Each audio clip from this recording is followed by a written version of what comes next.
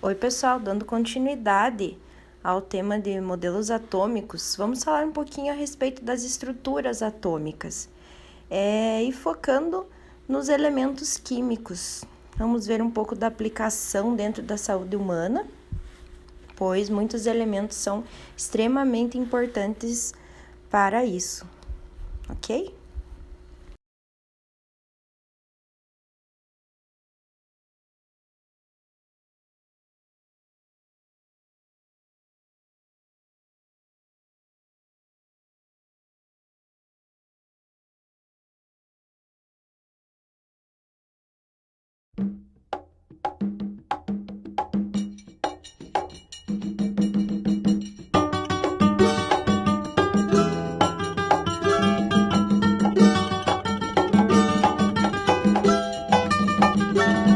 Eu vou falar para vocês um pouco antes em relação a alguns conceitos que fundamentam todo esse conteúdo. E, primeiramente, eu não poderia deixar de falar a respeito da estrutura atômica. Então, cada átomo ele consiste em um núcleo muito pequeno, composto por prótons e nêutrons, o qual está envolto por elétrons em movimento. Tanto os elétrons quanto os prótons possuem cargas elétricas, e essa magnitude da carga é de 1,602 vezes 10 a menos 19 coulomb. A carga dos elétrons possui o sinal negativo, enquanto a carga dos prótons o sinal positivo. E os nêutrons são eletricamente neutros, né? As massas dessas partículas subatômicas são infinitesimalmente pequenas. Os prótons e nêutrons possuem aproximadamente a mesma massa, que é significativamente maior que a massa de um elétron, como vocês podem olhar pelos valores. Logo, a massa do átomo é devida à massa dos prótons mais massa dos nêutrons. Então, quem determina a massa do átomo é o núcleo. Cada elemento químico é caracterizado, pelo número de prótons no seu núcleo e o número atômico. Para um átomo eletricamente neutro completo, o número atômico também é igual ao número de elétrons. E nós temos uma representação em relação aos elementos. Então, você tem o elemento X, ele vai ter a relação do número atômico e a massa atômica.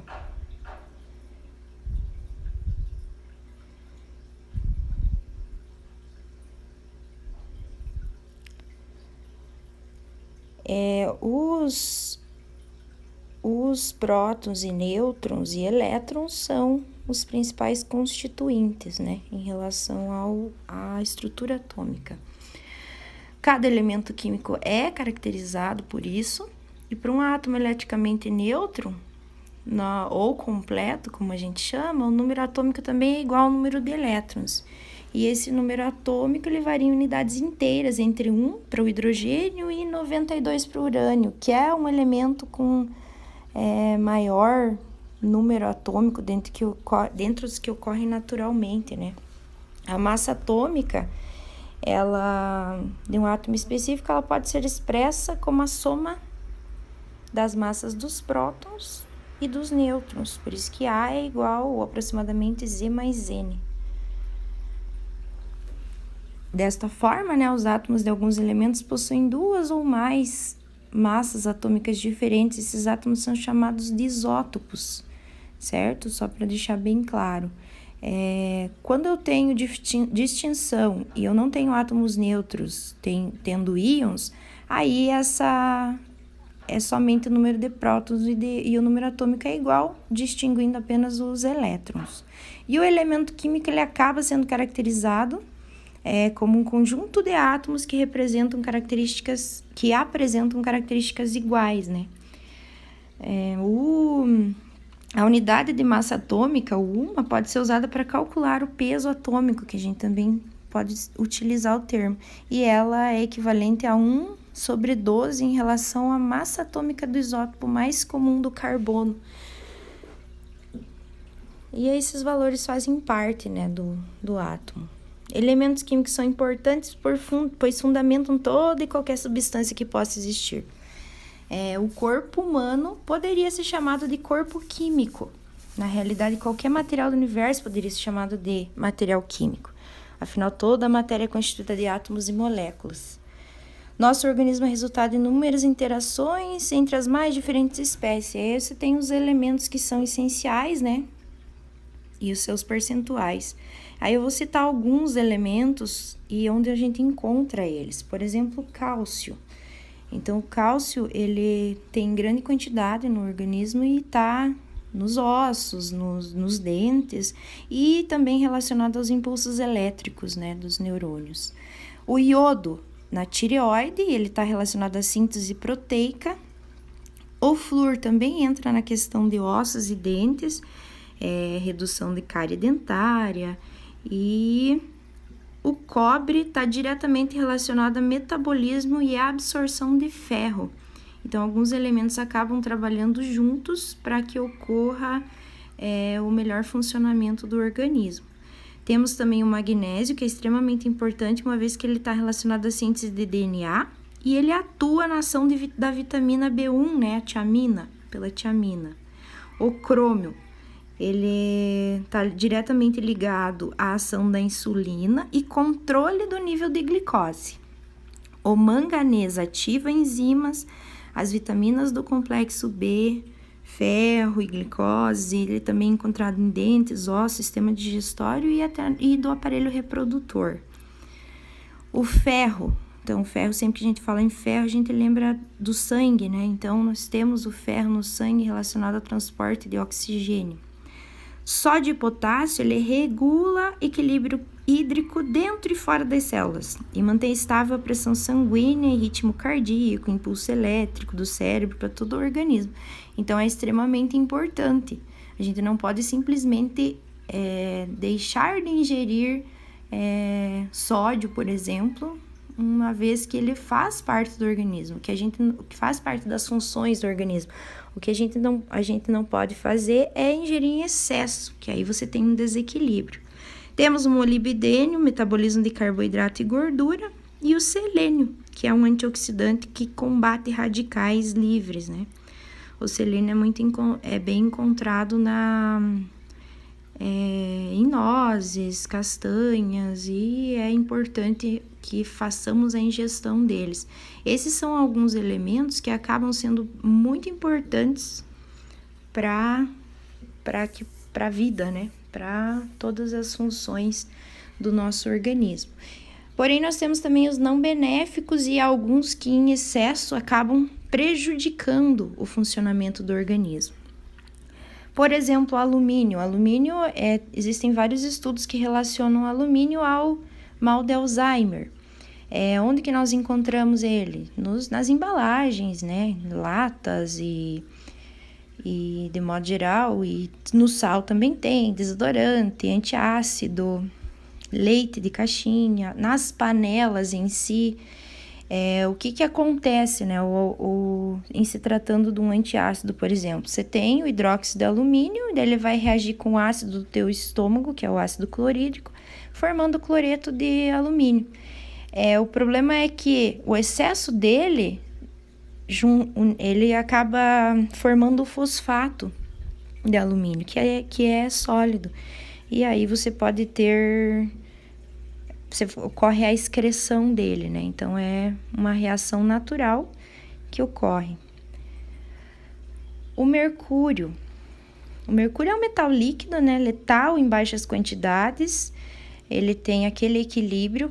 Nós encontramos ele em termômetros no dia a dia, em casa, e nos laboratórios é muito comum termos o mercúrio. Ele pode entrar no organismo por inalação, indo para os pulmões, para você conseguir reverter um processo de envenenamento com mercúrio, a gente usa uma substância chamada BAL, que é o 2,3-ditiolpropanol. O chumbo. O chumbo, ele ataca o sistema nervoso central, causa alucinação, perda de memória, insônia, glaucoma, impotência sexual, tumores e nódulos. Então, ele é bem, bem preocupante. O zinco é essencial, só que em excesso ele também tem ações no sistema nervoso, causando confusão mental e pode até provocar infecção urinária, sangramento de gengiva e varizes. O cobre causa espasmo, cãibra, convulsão, então o excesso dele também é preocupante. E nós ele tem uma ação muito efetiva como fungicida, ele é usado para isso nas plantas. O fósforo também, falando de plantas, ele está diretamente ligado aos agrotóxicos, existe uma quantidade bem grande, e inseticidas domésticos, então ele pode causar psicose maníaco-depressiva. Então o excesso de fósforo também não é adequado, apesar de ele ser um elemento importante em algumas rotas metabólicas e até na questão da formação de alguns tecidos, ossos, né, no caso de dentes e tudo mais. Eu não posso deixar de falar dos metais pesados, que é o termo que normalmente a gente ouve muito, né, metais pesados. Eles, principalmente, a gente tem que mencionar o mercúrio, o chumbo e o cádmio. Eles são muito densos e solúveis em água, sendo perigosos para a saúde, porque eles são facilmente absorvidos pelo organismo vivo. Dentro do corpo, eles se ligam a proteínas e impedem suas atividades metabólicas, afetando assim o bom funcionamento do sistema nervoso, do rim e do fígado. Então, esses são os elementos principais. E seguindo o conteúdo, agora vamos discutir um pouco a respeito de periodicidade química e algumas propriedades da tabela periódica, porque o importante é que que a gente aprenda a utilizar a tabela periódica, aprenda a entender e compreender as informações mais importantes e o que nós podemos tirar de proveito em relação à tabela.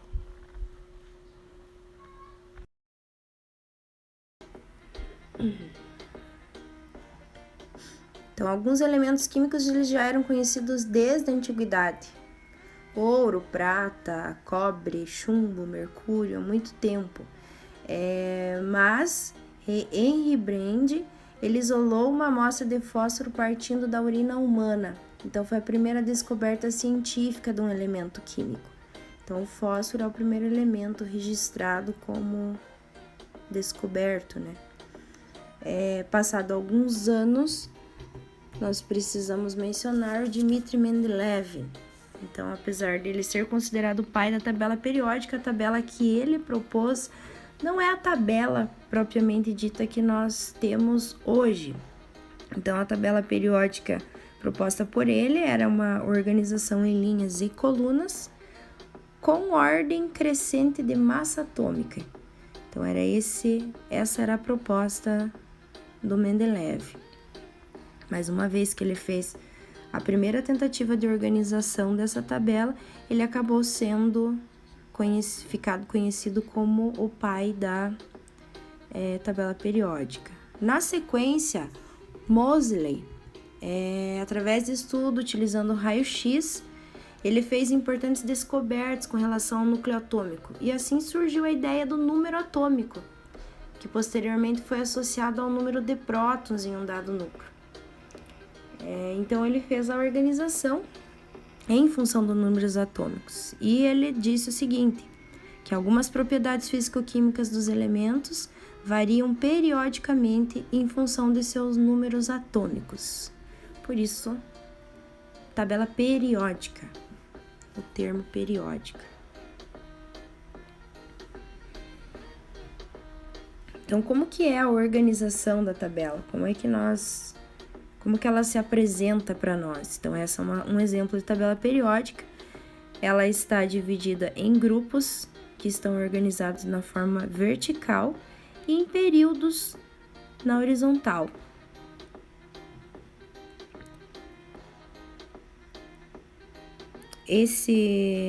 Essa estrutura, ela é encontrada em todas as tabelas e nós temos a ordem crescente de número atômico. Então, por exemplo, hidrogênio com número atômico 1, hélio com número atômico 2, lítio 3, berílio 4 e assim por diante. Sempre crescendo dentro dos períodos. Outra maneira de organizar a tabela periódica é em função dos blocos. Então, em blocos.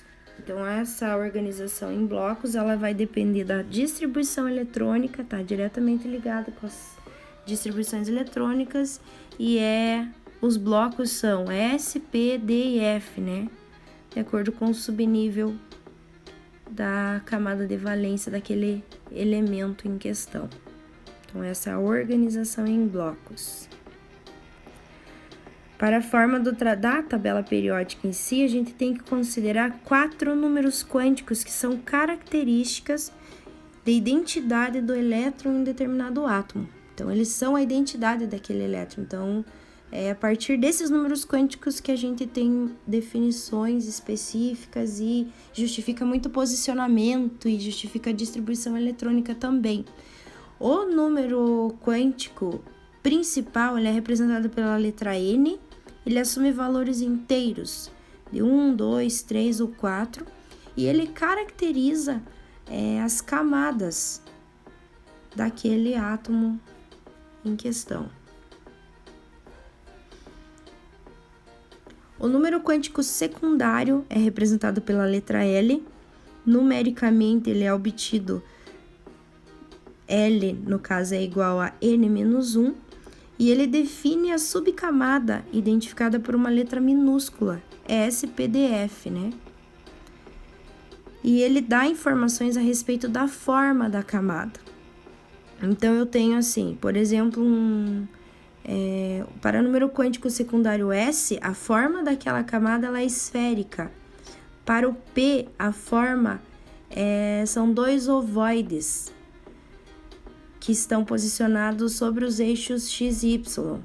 Para o D, eu tenho ovoides que estão entre os eixos x, y, z. E para o F, eu tenho entre e sobre x, y, z, os eixos. Então, são 7 liberdades para F, 5 liberdades para D, 3 para P, e o S, uma vez que é esférico, só tem uma liberdade, né? Uma possibilidade, vamos dizer assim. Está diretamente relacionado com a possibilidade onde eu encontro o elétron. Então, onde encontrar o elétron. O terceiro número quântico é representado pelas letras ML, e ele versa sobre os estados energéticos para cada subcamada. Então, quais as possibilidades de estados energéticos nas camadas. O quarto número quântico é representado por MS, e ele está associado ao momento de spin. Então, são 2 valores possíveis para momento de spin, que seria os valores mais meio e menos meio, que você pode representar com 2 flechinhas, uma voltada para cima e outra para baixo, sendo mais meio e menos meio, respectivamente.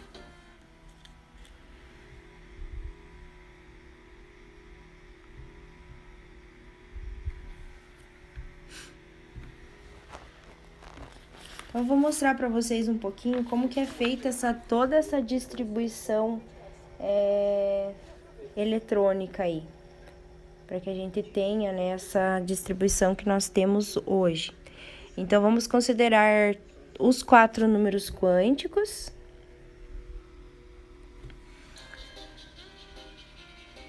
NL, ML, MS. Para N igual a 1, a possibilidade de L é 0, uma vez que L é igual a N-1. ML eu tenho apenas um estado energético, que a gente representa com uma caixinha. E para MS eu tenho a possibilidade de 2 spins, né? Mais meio e menos meio. Logo, nesse estado energético eu tenho liberdade de 2 elétrons apenas. Quando N é igual a 2, o valor de L ele pode assumir 0 e 1. São as 2 possibilidades. Para a distribuição em 0, eu tenho também da mesma maneira que eu tenho considero no anterior. E para 1, existem 3 possibilidades. E cada uma dessas 3 possibilidades, eu tenho 2 elétrons, né? 2 momentos de spin, mais meio e menos meio dentro de cada uma. Logo, somando 6 elétrons para L igual a 1, que caracteriza, no caso, um subnível P para um nível 2 e subnível P, 2P. Quando N é igual a 3, eu amplio essas possibilidades e aí eu tenho valor para L 0, 1 e 2 e valor para ML mais possibilidades. No caso, para 1 eu teria menos 1, 0 e 1. Para 2 eu tenho menos 2, menos 1, 0, 1 e 2. Então, é isso que representam essas caixinhas, certo? E cada caixinha eu tenho 2 momentos de spin disponíveis. Então, aqui eu tenho a contagem, as possibilidades de quantos elétrons. Então, quando eu tenho L2, são 10 elétrons, que vai caracterizar um subnível 3D. Então, é por isso que o D, ele vai aparecer somente no 3.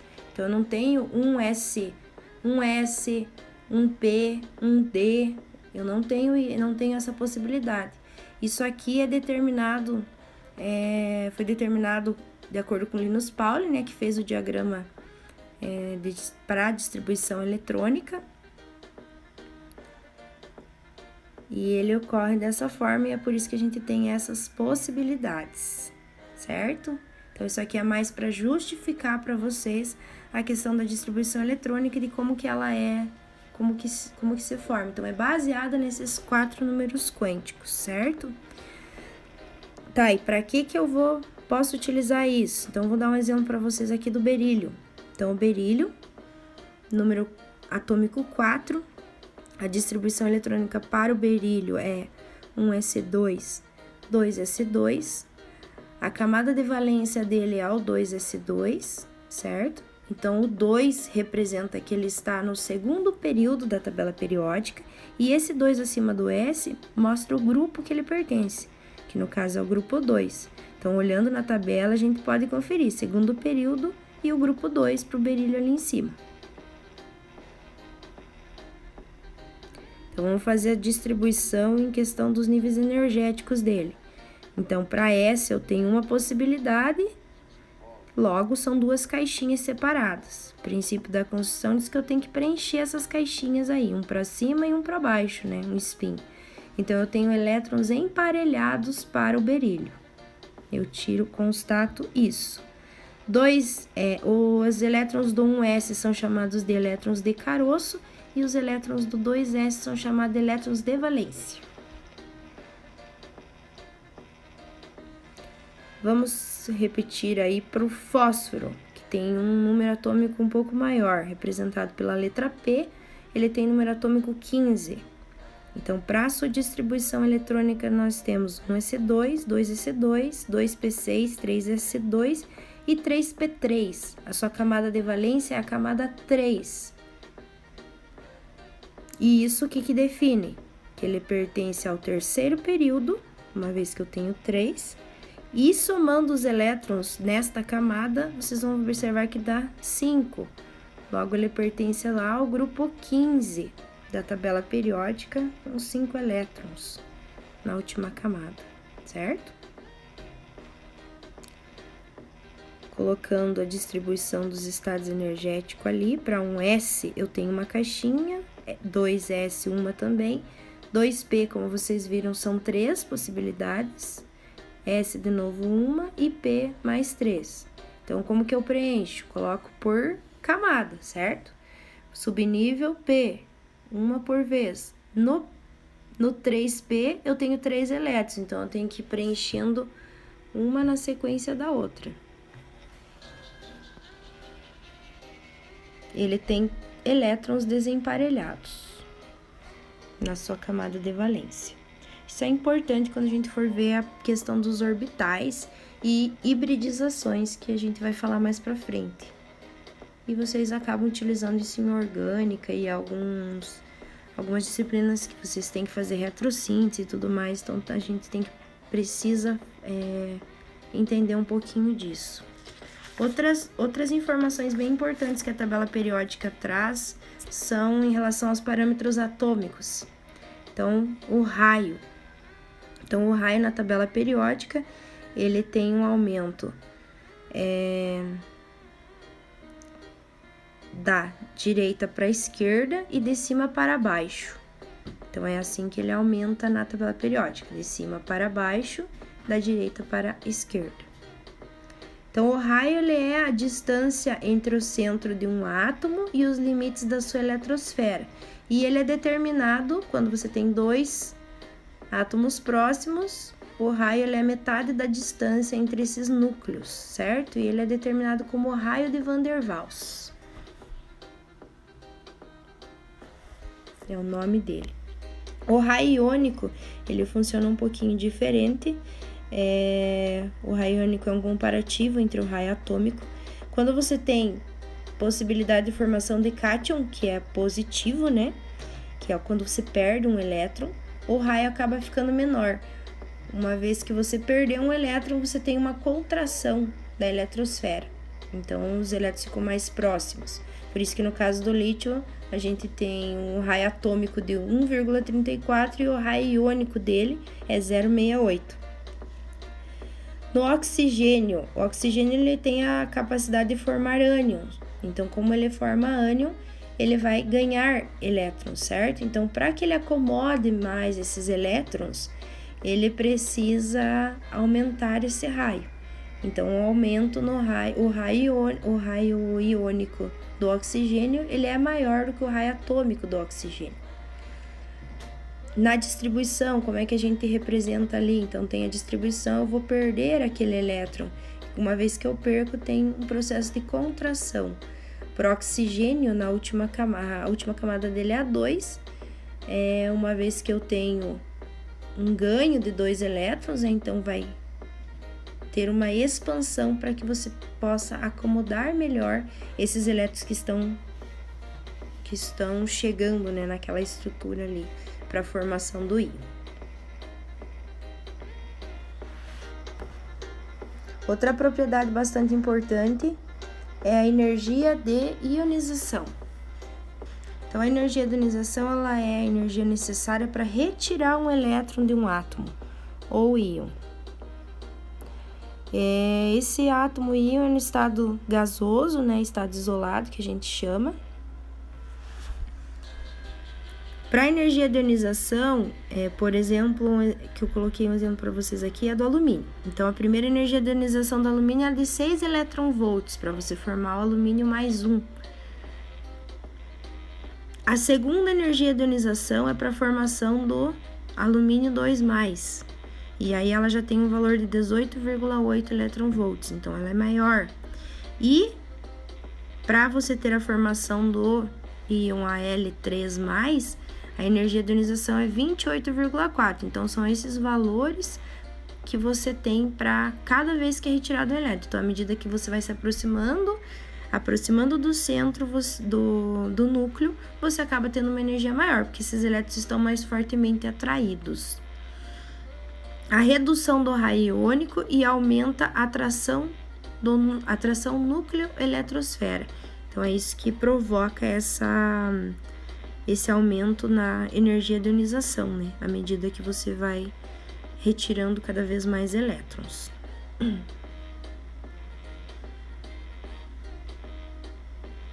Outra propriedade importante é a afinidade eletrônica. Então, a afinidade eletrônica ela é a energia necessária, né? A energia que é liberada quando um átomo neutro isolado no estado gasoso ele captura elétrons. Então, ele recebe elétrons. Coloquei ali um exemplo do lítio e do berílio. O lítio ele tem um valor de menos 59,63 kJ de afinidade eletrônica. Já o berílio, ele é 0 o valor da afinidade dele. Então, o que significa isso?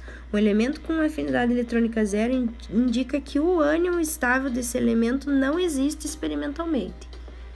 Então, é isso que indica. Então, você consegue prever quem que vai formar ânion ali, quem que vai tender mais a formação de cátion, certo? Isso que é importante. Outro parâmetro que a gente tem é a eletronegatividade. Então, a eletronegatividade está relacionada à capacidade que um átomo possui de atrair elétron para perto de si. Isso sempre em comparação com outro, né, átomo. Então, como que ela se distribui na tabela periódica? Ela é da esquerda para a direita, de baixo para cima, o aumento. Logo, o flúor, ele é o elemento mais eletronegativo e em relação a uma escala relativa que tem, ele assume o valor de 4. Todos os outros são valores inferiores a esse. Então, como eu falei, né, a capacidade de atração de elétrons.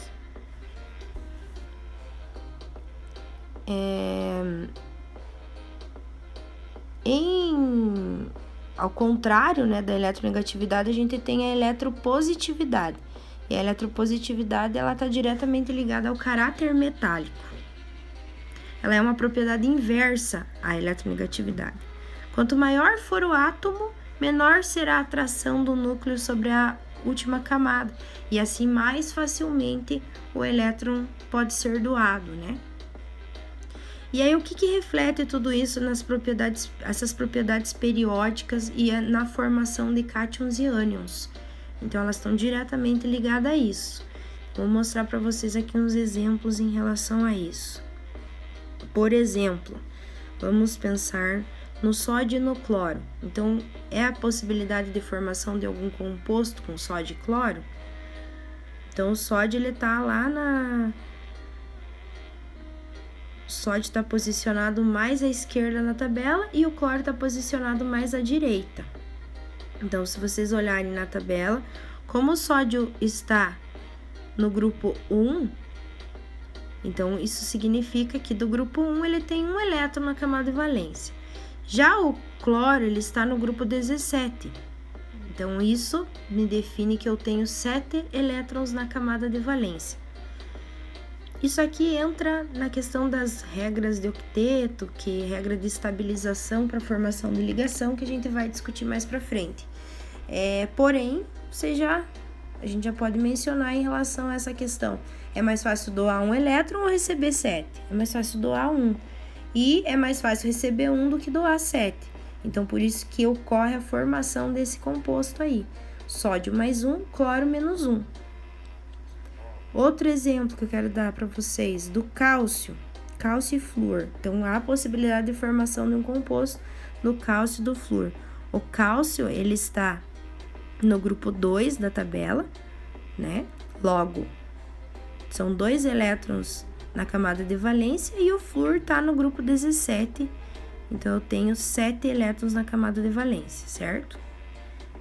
Então, como ele tem 2, ele vai doar, o cálcio tem 2, vai doar 2 elétrons. E o flúor tem 7, então é mais fácil ele receber 1, por isso que ele fica menos 1, mais negativo.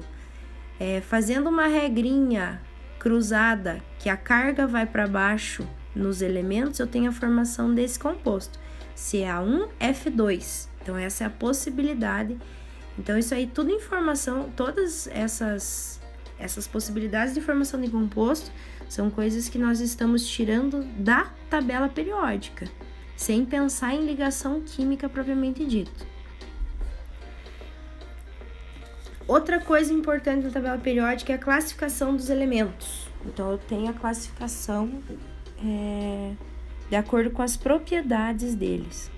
Então, os metais representam a eletropositividade na tabela periódica. Então, o contrário da eletronegatividade. Eles têm características como brilho, eles são bons condutores térmicos e elétricos. Então, eles têm a possibilidade, uma vez que você tem metais, então a estrutura deles ali permite essa questão da condução, né? Eles são considerados dúcteis, você consegue fazer fio dele, por exemplo, e eles são maleáveis, porque você consegue fazer lâminas deles. Essas são as propriedades dos metais. Aí nós temos os ametais, né, ou não metais, que apresentam a eletronegatividade, que é a capacidade de atrair elétrons, e eles são considerados isolantes térmicos e elétricos. Essa é a principal característica dos ametais ou não metais.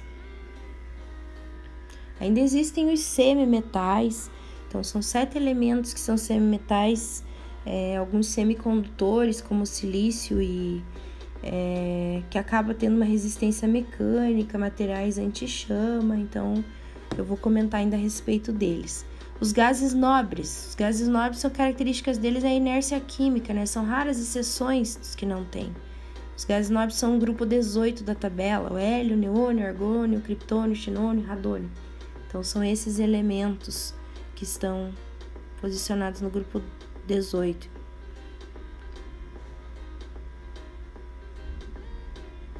A gente brinca uma frase para eles, né?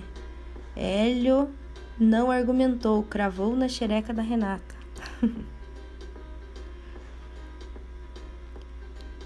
E o hidrogênio, gente? Então, o hidrogênio, ele é o menor elemento da tabela, mas ele compõe 75% da massa do universo. Ele apresenta propriedades atípicas, não é classificado em nenhum grupo específico, porém, normalmente nas tabelas periódicas, ele vem posicionado acima do lítio, né, no grupo 1, mas ele não tem características daquele grupo em si, certo? Então, acompanhe lá as atividades na plataforma, resolvam, se tiverem dúvidas, perguntem e corram dar uma olhadinha no vídeo sobre as panelas. Uma coisa mais de curiosidade para vocês ali, para a gente poder desenvolver uma atividade na sequência também. Tá bom? Obrigada, até mais!